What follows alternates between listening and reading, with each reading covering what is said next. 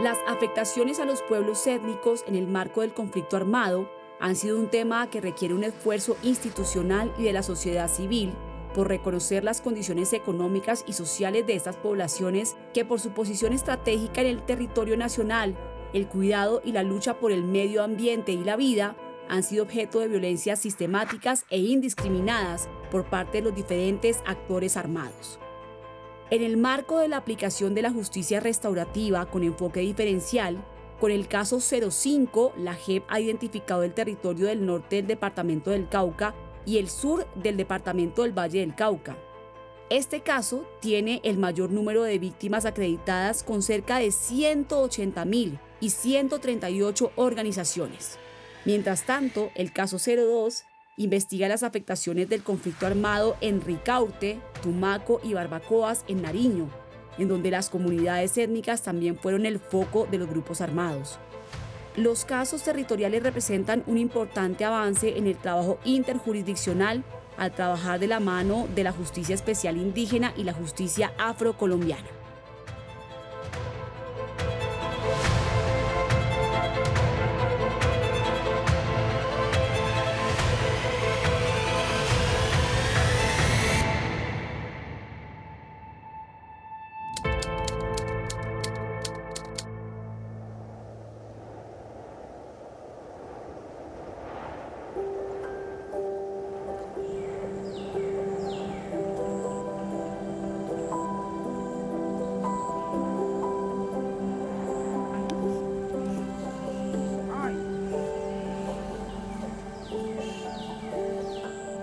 Soy de Yanira Peña, mujer negra, descendiente de África. Pertenezco al Consejo Comunitario Cuenca del Río Cauca y Microcuenca de los Ríos Teta y Mazamorrero. Soy activista social desde hace mucho tiempo.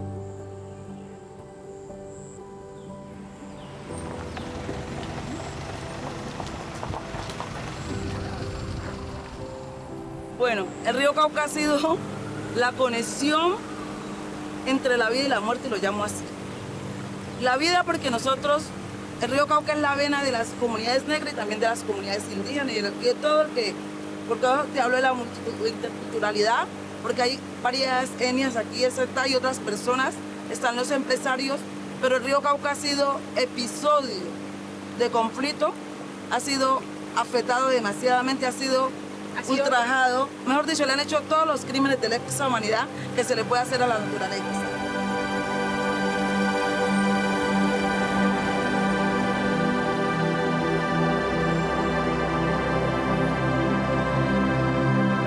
Mi nombre es Otto Lucas. Bueno, yo nací hace 52 años en esta bella isla, como siempre yo he dicho. Esto es la isla del encanto. Tumaco es un paraíso. Soy licenciado en Educación Física. En este momento me dedico a organizar eventos deportivos a niños, jóvenes y adultos.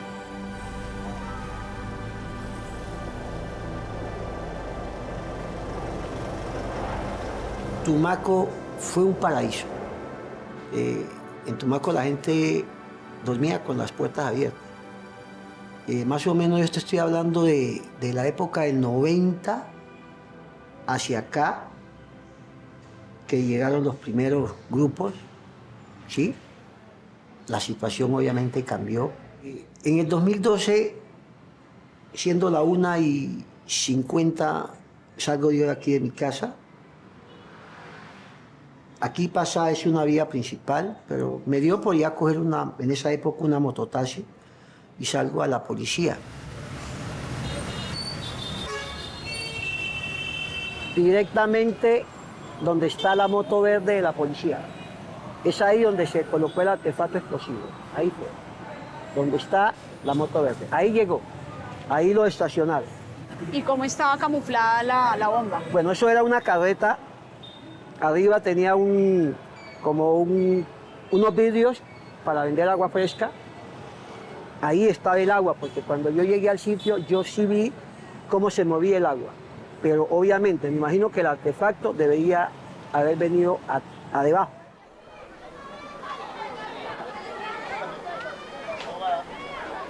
Y Yo prácticamente estaba a 3 metros de la bomba y gracias a Dios yo salí de allá.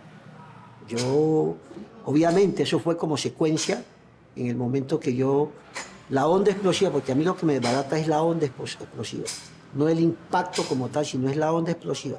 La onda va, pega en la pared y se devuelve. Esa es la que prácticamente a mí me daña en secuencia. ¿Sí? Eso es una secuencia, porque digo yo así porque mira, lo primero que a mí se me daña es esta pierna. Es como cuando coges tú un cuchillo, mira esta costura y la abres, ¿cierto? La carne se abre, lo que a mí se me daña es la carne. El hueso yo lo veo, ¿sí? Lo segundo es aquí, esto se hace un hueco y sale este hueso de aquí a acá. Nosotros acá el mangle lo partimos y quedan como unas ramificaciones. Así salió este hueso, así. Lo tercero es aquí. A mí se me abre esto, algo sale, te miento y te digo qué es, porque la verdad yo sí vi algo que salió. Yo lo que viví ahí, lo primero que pensé fue en el Señor, en mis hijos. Mis hijos estaban pequeños, mis hijos tenían en ese entonces 3, 8 y 12. Estaban muy pequeños. Imagínense, mi esposa, Dios no quiera yo hubiera faltado, que hubiera sido ella con esos 3 niños. Pero gracias a Dios al Señor me dio la oportunidad y me sacó de allá. Durante el conflicto armado fueron muchos los pueblos indígenas y comunidades afrodescendientes y campesinas que sufrieron con gran intensidad las violencias e injusticias de la guerra. En esos territorios las comunidades se vieron afectadas de forma específica y diferenciada junto al territorio, el agua y la vida que habitan en ellos. Siendo Colombia un país tan diverso en muchos sentidos, incluido lo étnico y territorial, se hizo necesario que 3 de los casos de la JEP se situaran en algunos de los lugares donde el conflicto arremetió con mayor fuerza, al tratarse de personas en su mayoría en estado de vulnerabilidad. En este episodio nos centraremos en 2 territorios que fueron golpeados muy duramente por el conflicto, el Cauca y Nariño.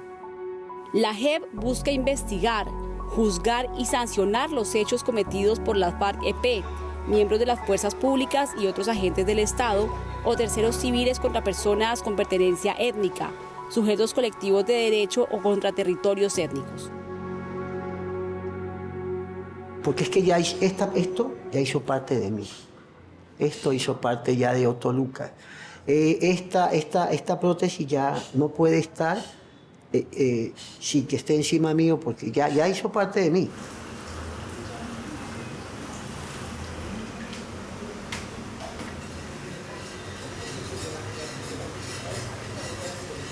Pero igual, la vida uno tiene que aceptarla como el Señor la manda. ¿Sí? Y qué más que te dieron una segunda oportunidad. Mire, yo a veces converso y hablo con los amigos y les digo, mire, a veces uno no se da cuenta quién es que está contigo. Cuando tú llegas y alguien te coge y te da una palmada o te da un abrazo y no sabes que ese abrazo o esa palmada es para Dios no quiera, qué es lo que está pensando.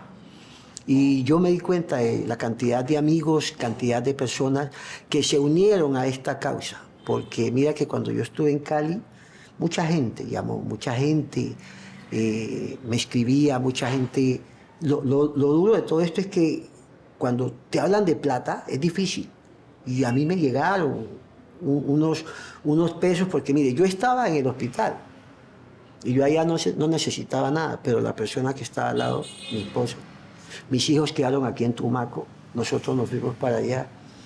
Entonces imagínate que toda esa situación hace de que tú vuelvas a retomar, como se dice, el camino. Y qué más que el Señor lo puso nuevamente a uno. Y juego mi espíritu.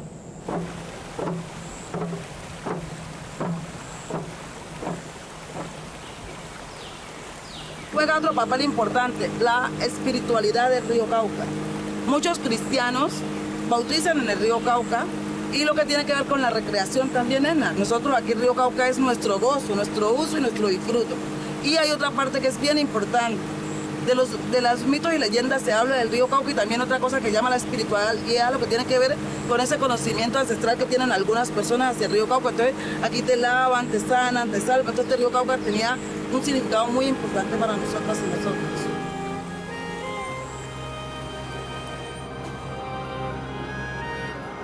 En el año 2000 llega el conflicto armado y cogen el río Cauca como cementerio donde empiezan a cometer crímenes de lesa humanidad, a tirar cuerpos sin vida, a abrirlos, desmembrarlos y tirarlos con piedra, llenos de piedra, hacia el río Cauca. Eso fue algo terrible para el río Cauca. Entonces, ¿qué pasó con los ribereños? Le cogieron pavor, le cogieron miedo al río Cauca. Nadie, usted le hablan del río Cauca y era un pavor porque decían, hasta ahí llegó mi vida. Le cogimos miedo. Es sinónimo de muerte prácticamente. Este fue un mecanismo de muerte. El río Cauca fue un terror para nosotros cuando nosotros, lo que dices tú, teníamos una espiritualidad. Una conexión, ¿no? Una conexión, porque es que el río Cauca es la conexión de nosotros, este es el amor de nosotros. Lo amamos tanto, entonces, pero el río Cauca en este instante se convirtió en el terror de la comunidad, en el terror del norte del Cauca y sur del valle. Pero bueno, yo entiendo que había una estructura criminal que asesinaba por diferentes razones. Pero, ¿cuáles de esas razones podríamos hoy recapitular? ¿Por qué los asesinatos? ¿Eran selectivos? ¿Era porque pensaban que tenían nexos con la guerrilla? ¿Por qué razón los mataban? Supuestamente era porque iban a limpiar la comunidad de los guerrilleros, pero te puedo decir con toda confianza que la gente de aquí no era guerrillera. O sea, no teníamos vínculos con un grupo al margen de la ley porque les daba la gana. Ni con uno ni con otro. Ni con otro, no, con ninguno, con ellos menos, porque los paramilitares recuerda que venían de Urabá, entonces para uno eso era extraterrestre, extraño, llamémoslo. Pero ellos sí cogieron a las personas porque sí, desmembraron, mataron, las cogían, eso fue horrible, no había ningún vínculo. Nosotros parece ser que por ser afrocolombianos nos querían desaparecer sistemáticamente.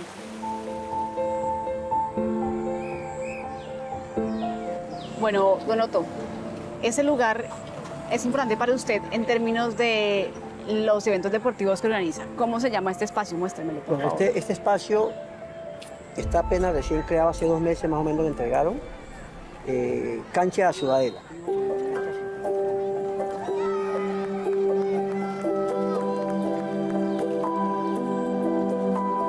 Mire, cuando nosotros hablamos de paz, esto es.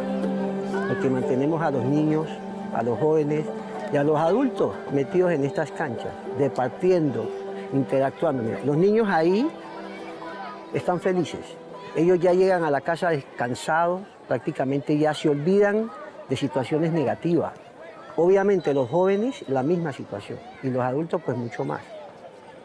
Entonces, estos son espacios para la paz, estos son espacios donde realmente podemos combatir la violencia, estos espacios.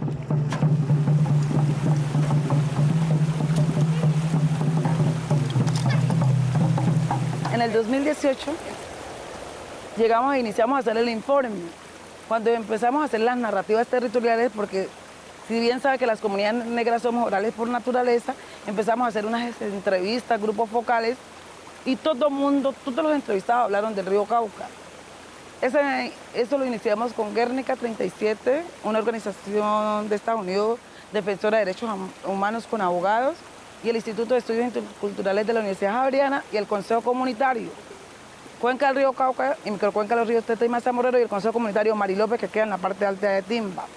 Pero todas las entrevistas la gente hablaba de lo que sucedió en el río y dijimos, caramba, el río Cauca no habíamos notado, aquí hay que hacer algo, aquí hay que sanar al río Cauca. Y el 15 de febrero hicimos la sanación del río Cauca de 2019. Se sanó el río Cauca, hicimos un acto muy lindo, simbólico, hicimos balsaje porque aquí las balsas tienen un significado importante para la comunidad. Y dijimos, carajo, señor magistrado, perdónenme la expresión, el río Cauca fue víctima del conflicto armado y le pedimos respetuosamente en el marco de sus competencias que nos declare el río Cauca como víctima del conflicto armado. Pasó 2019, 2020, 2021, 2022, y es que en el 2023 declara el río Cauca como víctima del conflicto armado. La medida cautelar que tú dices es 226 del 11 de julio del 2026. Para nosotros es un orgullo porque ya hay una protección. Y la protección no es que quede en un documento víctima, sino que aquí hay que hacerle una restauración al río Cauca. ¿Qué consistiría en qué? La primera, el río Cauca hay que descontaminarlo. Porque ya te comenté, tiene cianuro, mercurio. Segundo, la siembra de pescados. Tercero, Para que vuelva a haber pesca. que próspera. que le pidan perdón al río Cauca a esas personas que le hicieron daño. Y no solo son los paramilitares, aquí hay fuerza pública y hay terceros también. Están muchas entidades del Estado que no hicieron nada, hubo una omisión propia. Muy impropia, pero hubo omisión.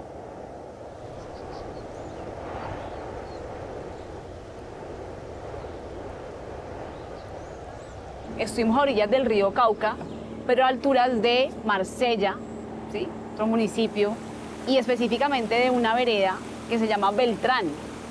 En Beltrán se genera un remolino y ahí llegaban muchísimos cuerpos, ¿cierto? Razón por la cual eran llevados al cementerio y hoy en día el cementerio también tiene medidas cautelares. Digamos que pensando en que es el mismo río, ¿verdad? Digamos, ¿qué importancia tiene para ti que no solamente se den medidas cautelares al río, sino a posibles espacios como el cementerio de Marsella u otros para que se puedan de pronto encontrar los cuerpos? Demasiado. Nosotros hicimos con el auto 226 del 2011, no quiero ser tan técnica, quiero ser más... Con la medida cautelar hicimos un evento académico en la Universidad Javeriana y precisamente no sabíamos, decía todo el mundo, vayan allá a Risaralda, que allá están los cuerpos, pero no sabíamos el significado que tenía Marsella y para nosotros es muy importante que debe haber una conexión, como se habla en derecho, donde nosotros podamos llevar, porque hay muchas personas aquí que nunca aparecieron y que esa medida cautelar esté para ese cementerio. Y no solo para los cementerios, como dice usted, sino que el territorio también fue afectado. Entonces también es una medida cautelar, los bosques fueron afectados. Esas medidas cautelares nos van a servir para la protección y para tener blindado el territorio, me parece a mí. ¿Tú crees que en algún momento sea importante que personas de aquí del norte del Cauca empiecen a buscar a sus seres queridos en territorios como Marsella? Por supuesto, estamos prestos a hacerlo y yo pienso que debe haber ese espacio porque Comisión de la Verdad y personas dadas por desaparecidas están en esa función y yo pienso que también deben entrar en esta medida cautelar para que nos coayuden y podamos ir a Marsella. Entonces me parece muy interesante eso, porque allí se dice, y ellos, la misión de la unidad de búsqueda es buscar a las personas dadas por desaparecidas. Sí debe haber una conexión con ellos para que lleguemos a Marsella y podemos buscar nuestros seres queridos, a Willington, a Nelson, a todo lo que, si te menciono más, pues porque hay mucho, a Jaime que nunca apareció, muchos no aparecieron, gente de Timba, de Robles, de Santander, no aparecieron.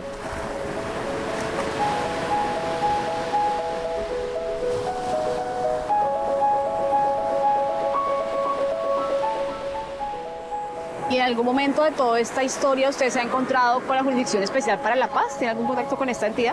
Mira, yo estuve hace 1 año y medio en la JEP. Unos amigos aquí en Tumaco, del Río Mexicano, me invitaron que mira, vamos, que allá va a comparecer una persona que fue tentativamente el que hizo esto. Y pues, supuestamente ahí es de reparación, de verdad. Vamos. Y bueno, listo, vamos. Yo estuve en Bogotá, estuve en la audiencia, estuve con él, fue hasta ahí, ¿no? ¿Y la persona habló del hecho como tal? Obvio, él reconoció públicamente todo lo que pasó.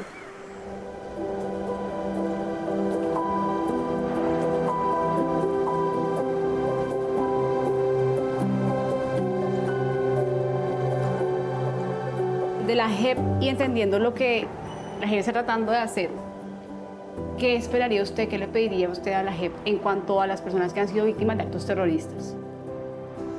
Mira, la verdad que la cantidad de personas que han caído en estas situaciones, hay muchos casos que se quedan por realmente abarcar, ¿sí? Más que todo en esta población de acá, hay gente que queda muy impune, porque esos casos no se dan, esos casos no llegan a la JEP. O sea, yo pienso que la JEP no es necesariamente estar en la capital, en Bogotá, no.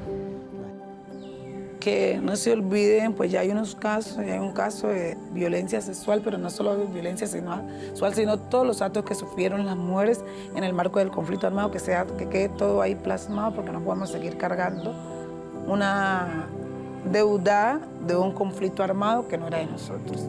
Segundo, que la pertinencia étnica tiene que quedarse en todas las notificaciones que se debe hacer en el territorio.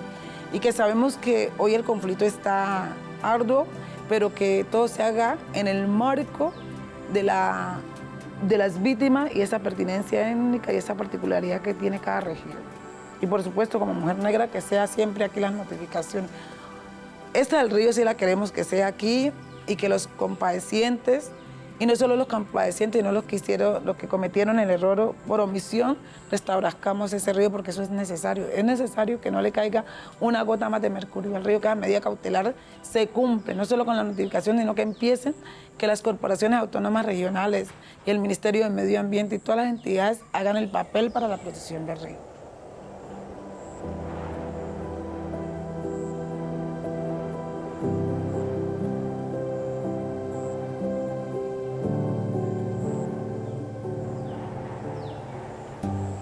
Bueno, y vamos a escucharlas entonces hoy.